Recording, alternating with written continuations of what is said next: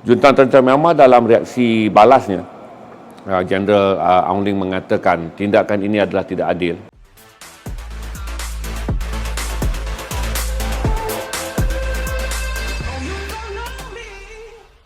Tahniah kepada pendirian ASEAN yang akan bersidang pada 26 hingga 28 hari bulan Oktober ni telah membuat keputusan sebulat suara untuk tidak mengundang kerajaan Myanmar. Ini dalam erti kata yang lain, Junta Tentera Myanmar yang dipimpin oleh Jeneral Aung Hlaing tidak diiktiraf oleh ASEAN. Satu adalah kerana kegagalan Myanmar memberi kerjasama kepada delegasi ASEAN untuk masuk ke Myanmar dan membuat tinjauan kemanusiaan bagi melihat proses keadaan sosial yang diberikan oleh kerajaan tentera.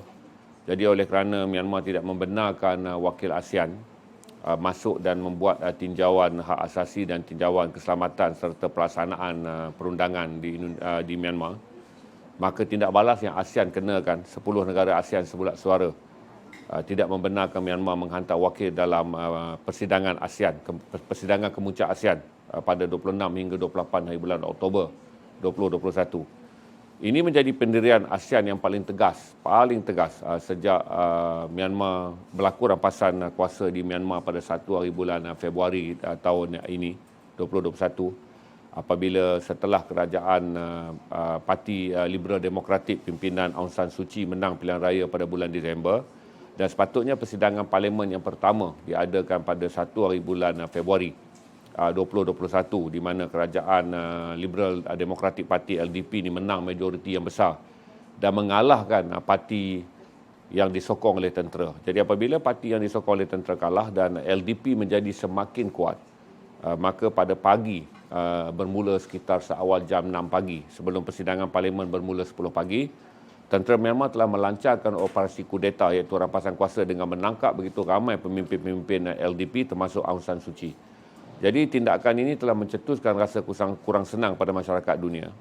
Walaupun Amerika telah mengambil langkah yang paling awal mengenakan sekatan ekonomi ke atas Myanmar berikutan ketidaksenangan Rumah Putih terhadap apa yang berlaku rampasan kuasa. Tetapi Myanmar masih lagi boleh bertahan kerana mereka memiliki sokongan daripada ASEAN. Agak sukar orang nak melanggar atau bertindak ke atas Myanmar ketika Myanmar masih lagi mempunyai sokongan ASEAN. ASEAN adalah komuniti yang besar dengan hampir 700 juta penduduk membabitkan 11 negara. Ini menjadikan banyak negara-negara di dunia memandang ASEAN sebagai pelindung kepada junta tentera, walaupun ASEAN mengkritik rampasan kuasa.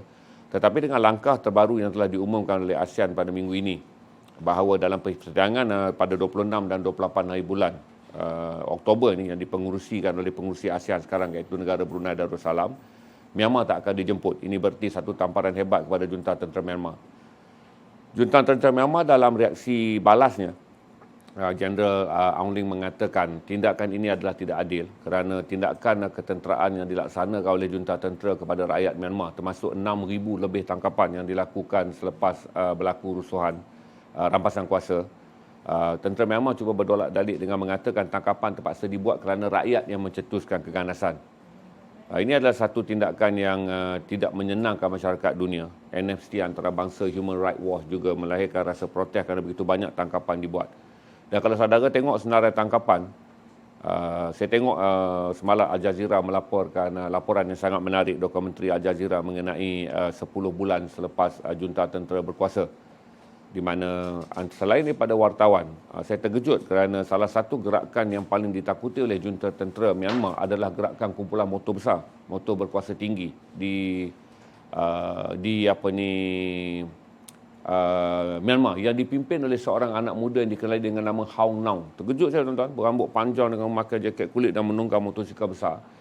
Kemudian dia hidup dengan melarikan diri daripada tempat ke tempat, tapi memimpin beribu-ribu kumpulan motosikal. Dia bermula dengan kumpulan motosikal besar dan kemudian disertai oleh kumpulan motosikal kapcai.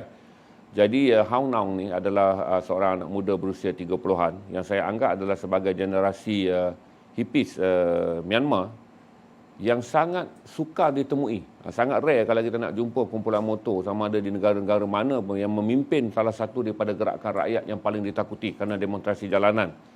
Dan juga kebolehan Haung Naung menyampaikan pidatonya. Saya tengok video semalam sebab dia masih lagi diburu kerana dia muncul satu tempat dan dia lari, dia muncul satu tempat dan dia lari. kebolehan dia berpidato dengan rambut panjang serta menunggang motosikal besar. Sebab saya tak main motor, tuan-tuan. Saya tak tahu motor apa dia naik. Tapi motor besar lah. Jadi dia memimpin dan akhirnya gerakan motor besar beliau yang sebenarnya bersifat kepada kelab rekreasi telah mengubah kepada gerakan politik yang disertai oleh beribu-ribu kumpulan motor, termasuk motor-motor kapcai yang berdemonstrasi di Mandalay dan juga di Yangon. Ini menunjukkan bahawa kesedaran dan juga orientasi Myanmar dari segi gerakan awam tak boleh kita pandang enteng, kerana apabila gerakan motosikal besar yang di negara-negara seperti Malaysia dan di negara-negara seperti Indonesia dan di Amerika sekalipun dikaitkan dengan keganasan, tapi di Malaysia dibanyakkan dikaitkan dengan kebajikan dan juga rekreasi, tetapi di Myanmar dokumentari telah menunjukkan salah satu daripada yang paling ditakuti oleh junta tentera adalah gerakan kumpulan motor yang sangat berpengaruh. Dan hingga semalam wawancara yang dilakukan secara atas jalanan ketika Hang Naung keluar dan memimpin kira-kira 1,300 motosikal berdemonstrasi bagi bulan yang ke-10 berturut-turut menentang rampasan kuasa. Anak muda yang berusia dalam awal 30-an ini mengatakan bahawa dia memimpin satu gerakan baginya hinggalah keadilan dapat dicapai. Dan kata dia bahawa seperti mana besar kuasa motosikal yang dia bawa, dia harap deru motosikal itu akan memacu seluruh rakyat Myanmar bangkit untuk menentang apa yang dia sifatkan sebagai rampasan kuasa yang telah menafikan hak demokrasi dan juga hak asasi rakyat Myanmar. Jadi kerana saya menonton dokumentari yang menarik itu semalam, dia membuka gambaran kepada saya bahawa sesuatu yang luar biasa tentang Myanmar yang kita anggap, untuk pengetahuan anda, Myanmar adalah negara yang termiskin di Asia Tenggara. Antara yang termiskin berarti dalam ASEAN ni, oleh kerana Timor Leste hanyalah negara bersekutu, belum lagi diterima sepenuhnya sebagai negara ASEAN. Tapi daripada 11 negara ASEAN, Myanmar adalah negara yang paling miskin dengan per kapita GDP pertumbuhannya hanyalah 66 bilion USD. Kalau dikali dengan wang Malaysia tu sekitar 6 kali 4 12 sekitar 660 bilion ringgit Malaysia sahaja. Itu adalah per kapita dia. Dengan ekonominya yang 60% adalah daripada hasil pertanian, manakala bakinya diperluhi sedikit daripada hasil pelombongan. Kerana saudara tahu bahawa jade, batu delima dan batu zamrud Myanmar antara perniagaan yang menjadikan Myanmar popular. Apa yang saya nak kongsikan pada saudara adalah apabila ASEAN berani bertindak, kerana dalam stream saya mengenai Myanmar dulu, saya memperlekehkan banyak kepimpinan ASEAN termasuk Malaysia kerana mengamalkan wait and see yang terlampau panjang. Apabila junta tentera merampas kuasa pada 1 hari bulan Februari tahun 2021, hampir kesemua negara ASEAN berada dalam keadaan wait and see, tidak dapat mengeluarkan pendirian yang tegas. Termasuk Brunei yang menjadi negara pengurusi juga berada dalam keadaan tidak mahu mengeluarkan sebarang kenyataan untuk mengkritik kerajaan junta tentera. Tetapi saya fikir selepas tawaran yang diberikan oleh ASEAN untuk memohon kerajaan Myanmar membenarkan delegasi ASEAN masuk ke Myanmar dan kemudian membuat tinjauan mengenai apa yang tentera lakukan setelah mereka membuat rampasan kuasa, dan peminatan tersebut telah ditolak oleh Naypyidaw. Bila saya sebut Naypyidaw adalah merujuk kepada Putrajaya di Myanmar, di mana bandar pemerintahannya adalah Naypyidaw, manakala bandar besarnya adalah Rangoon dan Mandalay. Apabila kerajaan Myanmar menolak kehadiran delegasi ASEAN yang dimohon secara rasmi oleh ASEAN, ASEAN bertindak balas dengan mengeluarkan kenyataan pada 2 hari lalu bahawa Myanmar kali ini tidak akan diundang dan kerajaan junta tentera tidak akan diterima sebagai wakil rasmi Myanmar. Dan sebagai sindiran balas yang lebih sarkastik, ASEAN mengatakan bahawa pada persidangan 26 hingga 28 hari bulan Oktober ini, apabila mereka bertemu, ASEAN akan memilih wakil lain yang akan diminta hadir untuk mewakili rakyat Myanmar. Saya yakin bahawa walaupun pemimpin-pemimpin kanan LDP terutama Aung San Suu Kyi ditahan di rumah dan tidak dibenarkan ditemui dan tidak dibenarkan keluar bertemu dengan orang ramai, saya fikir akan ada wakil daripada LDP yang mungkin telah pun menjadi pelarian atau berada di luar daripada bumi Myanmar akan dijemput untuk menjadi wakil Myanmar, sekurang-kurangnya memerhati ataupun menyampaikan maklumat terkini mengenai apa yang berlaku terhadap Myanmar bagi membolehkan ASEAN membuat keputusan. Kerana kita berharap pada persidangan 26 hingga 28 Oktober ini nanti, sekurang-kurangnya ASEAN membuat keputusan secara rasmi menggantung penyertaan Myanmar dalam ASEAN. Ini bagi memberi tekanan yang lebih pada kerajaan junta tentera untuk segera memulihkan demokrasi. Kerana ketika mereka merampas kuasa, mereka memberi jaminan setahun akan ada pilihan raya semula. Berarti sekurang-kurangnya pada hujung tahun ini atau pada awal tahun depan, 2022 Januari akan ada pilihan raya. Tetapi dolak-dalik berlaku lagi di mana kerajaan Myanmar memanjangkan dengan mengatakan 2 hingga 3 tahun barulah pilihan raya diadakan bagi memastikan kestabilan politik di Myanmar. Apa itu Myanmar? Itu yang selalu yang menjadi pertanyaan. Apa itu Myanmar? Orang tanya apa itu Myanmar yang dulunya dikenali sebagai Burma. Kalau dulu namanya Burma, maka penduduknya dipanggil Burmese ataupun Burmese. Kenapa dia ditukar kepada nama Myanmar? Dan kemudiannya hanya merujuk pada satu suku, iaitu Mian, penduduk utama yang terbesar dan teramai di Myanmar. Myanmar adalah sebuah negara yang pada 900 tahun sebelum Masihi telah pun wujud. Berarti kalau kira usianya sekarang adalah sebuah negara yang hampir 3,000 tahun. Tetapi dia adalah sebuah negara yang dibuka secara berperingkat-peringkat, di mana pada awalnya Mian adalah sebuah kerajaan yang menguasai Mandalay, iaitu suku Mian, dia berada di Mandalay. Suku-suku lain berada di kawasan-kawasan yang lain. Masyarakat Islam Rohingya yang berasal dari Bangladesh telah berada di sana pada tahun 400. Berarti pada tahun 400 hingga tahun 600 tu kerajaan Islam Arakan telah dibentuk, di mana mereka adalah daripada orang yang berdarah Rohingya Bangladesh. Apabila British mula ingin meluaskan wilayah penjajahannya, British telah menduduki India. British telah menduduki tanah Melayu. British menduduki tanah Melayu pada tahun 1824. Dan kemudian berada di India lama, dan British telah mendapat begitu banyak hasil bumi di India. Tetapi oleh kerana hasil bumi di Myanmar juga penting, di mana terutama pelombongan yang menghasilkan batu jade berkualiti tinggi dan penghasilan batu delima dan juga batu zamrud berkualiti tinggi, menjadikan British mengambil langkah untuk menakluk Myanmar pada tahun 1886.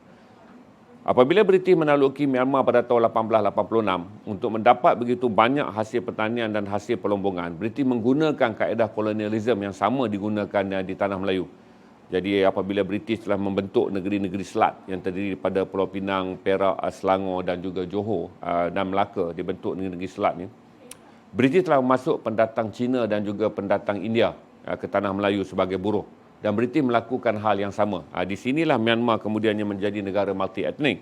Apabila British membawa masuk pendatang Cina dan membawa masuk pendatang India untuk menjadi buruh. Dan ini telah membuka populasi Myanmar menjadi begitu banyak suku kaumnya. Tetapi orang-orang Mian adalah orang-orang prominent, tetapi mereka hanya prominent di wilayah Mandalay. Apabila British mula menjajah Myanmar pada tahun 1886, penjajahan tu dibuat secara berkala. Dia tawan dulu Rangoon, dia tawan Mandalay, dia tawan Arakan, kemudian dia tawan sampailah ke bahagian sempadan. Dia tawan seperti mana penawanan Filipina, kerana dia tawan Filipina mengikut pulau ke pulau, kemudian dia menawan daerah Sulu. Apabila mereka memerdekakannya, mereka memerdekakan secara pukal. Walaupun sebenarnya sebelum kolonial, Kesultanan Sulu di Filipina adalah milik orang Melayu. Manakala pulau-pulau yang lain dipanggil milik orang-orang Bisayan. Begitu juga di Myanmar. Walaupun dia takluk berperingkat-peringkat, dia apabila mereka memerdekakan Myanmar pada tahun 1948, British telah memerdekakannya secara pukal. Ini menjadikan Myanmar dari sebuah negara yang sebelum British datang 1886 adalah wilayah-wilayah yang terdiri daripada 7 suku bangsa menjadi satu bangsa. Dia menimbulkan konflik kerana apabila pembentukan sebuah negara Myanmar yang terdiri pada pelbagai suku bangsa yang secara sejarahnya sebelum British datang 1886 tu adalah wilayah yang diduduki oleh bangsa-bangsa yang berbeza dan ditakbirkan mengikut etnik yang berbeza, maka dia menimbulkan konflik. Bila konflik bermula? Apabila tahun 1886 British telah pun menakluk telah menakluk Myanmar, dan British menyatukan kawasan-kawasan yang terdiri pada 7 negeri dengan 7 etnik berbeza, berlaku konflik kerana kesemua etnik ini menganggap mereka bukan berada di bawah negara yang sama, walaupun mereka telah dijajah oleh British. Pada tahun 1930-an telah berlaku perang. Apabila British cuba menyatukan semuanya di bawah satu pentadbiran, maka berlaku perang agak besar di antara suku demi suku ni, kerana mereka menganggap bahawa British tidak sepatutnya menyatukan kerana semua negara ini mempunyai budaya, suku dan bahasa yang berbeza. Antaranya adalah Mian yang paling besar, yang paling prominent, kemudian dia ada suku Kachin, kemudian ada suku Karen, ada suku Chin atau suku Chan, iaitu orang Cina yang dibawa masuk, ada suku Mon dan ada suku Shan, dan begitu juga suku Rohingya yang ketika British menakluknya berada dalam sekitar 400,000. Tetapi apabila berlaku krisis moden di mana penghalauan orang-orang Myanmar keluar, orang-orang Islam keluar daripada bumi Myanmar, terdapat 1.4 juta orang Islam. Total penduduk Myanmar hari ini adalah sekitar 55 hingga 60 juta. Tiada resolusi pembancian baru yang dikeluarkan. Jadi kebanyakan dunia menggunakan data 2010, iaitu 55 juta, dan saya anggarkan dalam tempoh 10 tahun dia berkembang hingga 60 juta. Saya tengok semua data, tidak ada data yang menggambarkan lebih daripada 60 juta. Semua data yang ada menggambarkan 55 ataupun 60 juta penduduk. Dengan majoritinya adalah orang Myan. Apabila berlaku Perang Dunia Kedua, Myanmar menjadi garis tempur yang paling kritikal untuk British. Kerana itulah kawasan yang dilalui oleh Jepun. Dan Jepun memerlukan Myanmar untuk merentas masuk ke Asia Tenggara melalui jalan darat, kerana penerbangan daripada Jepun untuk menakluk Asia Tenggara, Asia Tengah dan Asia Tenggara dan Asia Selatan memakan biaya yang besar. Maka Jepun telah menggunakan laluan tanah darat. Di situlah bermula kalau saudara dengar laluan kereta api yang membabitkan membabitkan beribu-ribu orang Malaysia yang dibawa ke Myanmar dalam sejarah lama kita tu, yang dikatakan daripada laluan kereta api daripada Kanchanaburi hingga ke Myanmar tu, di mana sejarah hingga sekarang ramai orang melawat laluan kereta api itu di Kanchanaburi, Thailand dan di Myanmar, kerana ada saudara mara mereka yang dijadikan buruh paksa kemudian mati. Terdapat 300,000 buruh paksa, yang kebanyakan buruh paksa ini adalah orang-orang yang ditawan oleh Jepun di Malaysia dan ditawan oleh Jepun daripada India.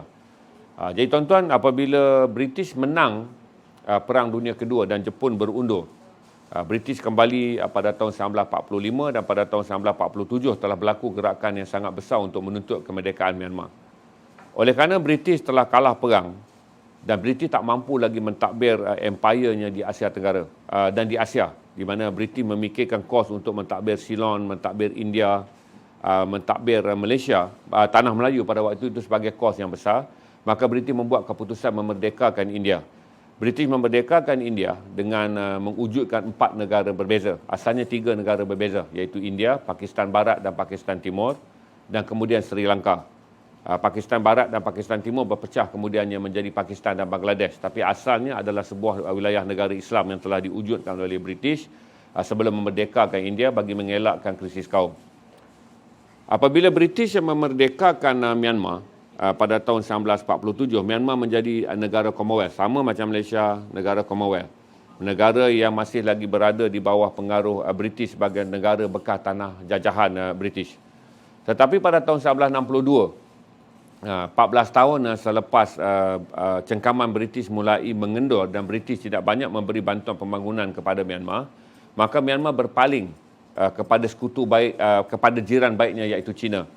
Oleh kerana pada tahun 1960-an telah bermula perang di antara komunis dan juga demokrasi barat untuk meluaskan kawasan wilayahnya, maka China telah berjaya menghasut gerakan tentera di Myanmar untuk menjatuhkan kerajaan demokrasi dan seterusnya menjadikan Myanmar, Burma namanya waktu itu, sebagai sebuah kerajaan sosialis pro-Cina.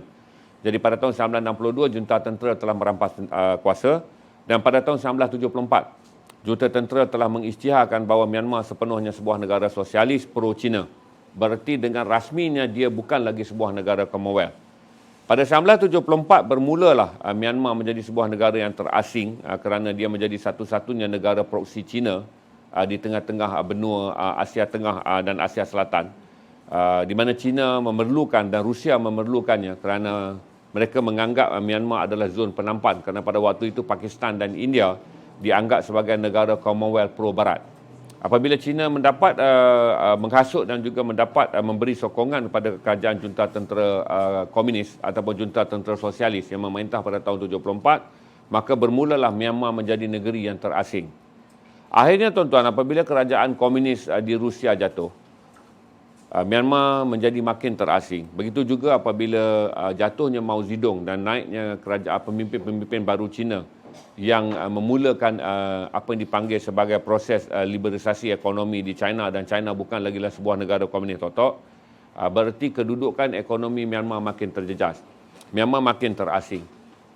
Ketika itu, Tun Dr. Mahathir Mohamad sebagai Perdana Menteri dan juga mendiang Lee Kuan Yew cuba mempengaruhi negara-negara ASEAN untuk menerima Myanmar. Alasannya adalah dengan hadirnya Myanmar, kita akan mengurangkan tekanan peperangan kerana kata Tun dan juga Lee Kuan Yew waktu itu cuba mempengaruhi pemimpin-pemimpin ASEAN yang lain. Betapa pentingnya menerima Myanmar sebagai negara ASEAN adalah satu, bagi mengelaknya krisis yang berlaku di Myanmar berpanjangan, bagi mengelakkan kemiskinan yang berpanjangan dan bagi mengelakkan ketegangan yang berpanjangan di mana kata Tun Mahathir dan juga mendiang Lee Kuan Yew, kesan yang akan dialami oleh ASEAN apabila berlaku pelarian yang Myanmar, dia akan melimpah masuk ke negara-negara ASEAN terutama Thailand dan juga Malaysia serta Singapura yang berada dalam sempadan yang sangat dekat.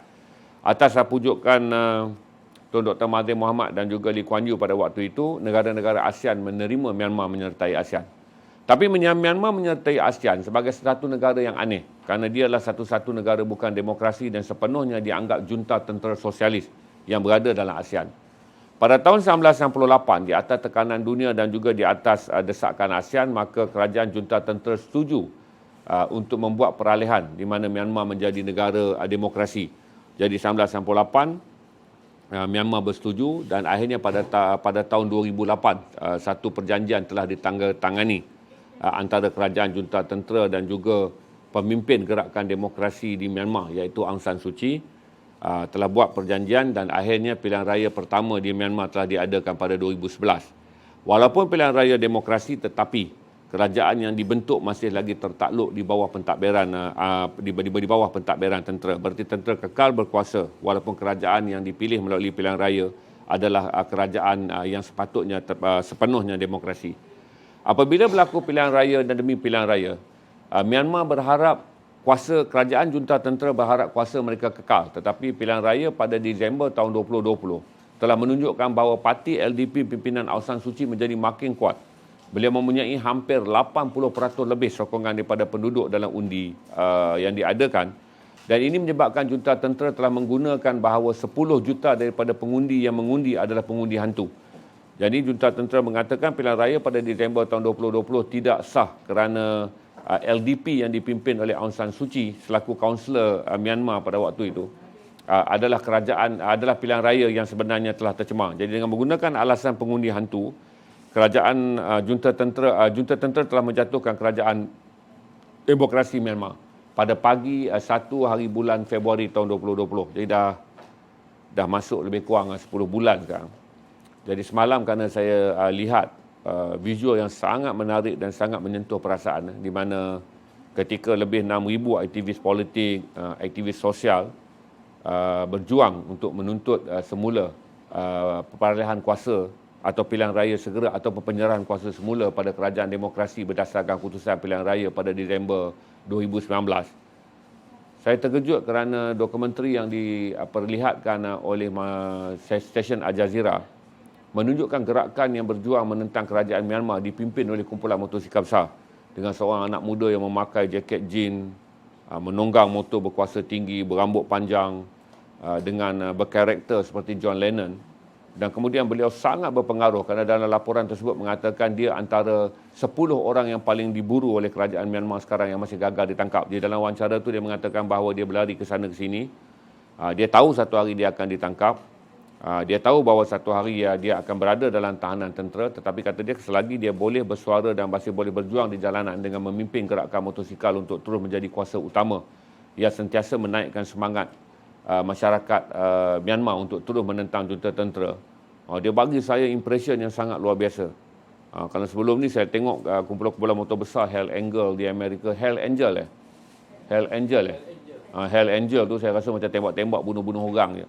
Dan saya tak pernah melihat satu gerakan di dunia di mana perjuangan menentang kerajaan yang dipilih secara jahat, perjuangan menegakkan hak rakyat awam diperjuangkan oleh kumpulan motosikal besar. Jadi hari ini saya pilih stream dengan saudara kerana saya sangat tersentuh melihat dokumentari itu. Apatah lagi dia seorang anak muda yang berusia 30-an. Selalunya kita ada stigma dengan mengatakan apalah sangat yang boleh dibuat oleh geng motosikal besar. Kita ada stigma dengan mengatakan bahawa brum di jalan raya je. Kemudian menayang, kemudian poyo-poyo di IG dan juga di Facebook, tayang-tayang motor, tanda kaya raya dan tanda Melayu hebat. Tapi akhirnya dia memberi saya gambaran bahawa Myanmar telah mencetuskan satu reformasi dan revolusi besar di mana satu daripada 10 gerakan yang paling ditakuti sekarang, walaupun gerakan dari segi partinya telah pun berjaya dituntaskan oleh kerajaan junta tentera dengan menangkap semua pemimpin-pemimpin utama, wartawan dan juga aktivis sosial, aktivis hak asasi, 6,000 lebih orang dipenjarakan. Tetapi kumpulan motosikal kini mengambil langkah. Maka malah CNN mengatakan ini antara Al Jazeera mengatakan ini satu daripada 10 kumpulan yang paling ditakuti oleh kerajaan junta tentera. Jadi saya share dengan saudara itu je lah hari ini tentang update mengenai Myanmar. Kita berbangga kerana Malaysia satu daripada 10 negara yang telah membuat keputusan bersama yang mana pada persidangan ASEAN pada 28 hingga 26 Oktober 2021 ni, kerajaan junta tentera Myanmar tidak akan dijemput. Ini secara rasminya ASEAN telah menghantar isyarat kepada kerajaan junta tentera Myanmar bahawa ASEAN tidak mengiktiraf kerajaan junta tentera Myanmar. Dan kita berharap dalam persidangan pada 26 hingga 28 Oktober nanti pada penghujung persidangan, ketua-ketua negara ASEAN berani untuk membuat pendirian dengan mengatakan bahawa keahlian Myanmar digantung selagi demokrasi tidak dipulihkan. Ini membolehkan Myanmar mendapat isyarat yang tegas bahawa ASEAN tidak menyokong kerajaan junta tentera. Itu je saya update pada anda. Saya update pada anda supaya itu je lah update ringkas, brief lah saya panggil. Kalau nak detail ni saudara kena membaca dan mencari seorang pakar geopolitik. Saya brief saudara adalah berdasarkan kepada pembacaan serta apa yang saya follow Myanmar. Kerana pada satu masa saya pernah menjadi pengagum Aung San Suu Kyi. Saya sangat mengagumi Aung San Suu Kyi hinggalah apabila Aung San Suu Kyi berdiam diri dan membiarkan 1 juta rakyat Rohingya dihalau keluar daripada bumi Myanmar. Bermula pada tahun 2012 ketika dia mula berkuasa sebagai kaunselor. Kemudian berlaku lagi penghapusan etnik besar-besaran selepas tahun 2012, berlaku lagi pada tahun 2016. Dan ini menyebabkan sesuatu yang sukar diterima apabila berlaku lagi pada tahun 2018.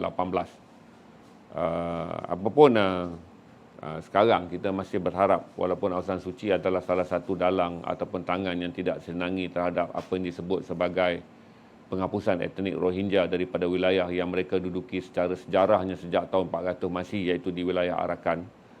Tapi apapun, kita berharap demokrasi dipulihkan. Dan sekurang-kurangnya kerajaan demokrasi yang dipulihkan itu dapat memulihkan juga hak asasi terhadap kerajaan, terhadap penduduk Muslim di Myanmar. Sebenarnya penindasan terhadap kaum-kaum di Myanmar ni berdulu berlaku. Orang-orang Mian menukarnya nama Burma. Tadi saya sebut Burma kan. Kenapa apabila junta tentera mengambil alih, dia menukarkan kepada Myanmar, merujuk negara itu milik kaum Mian.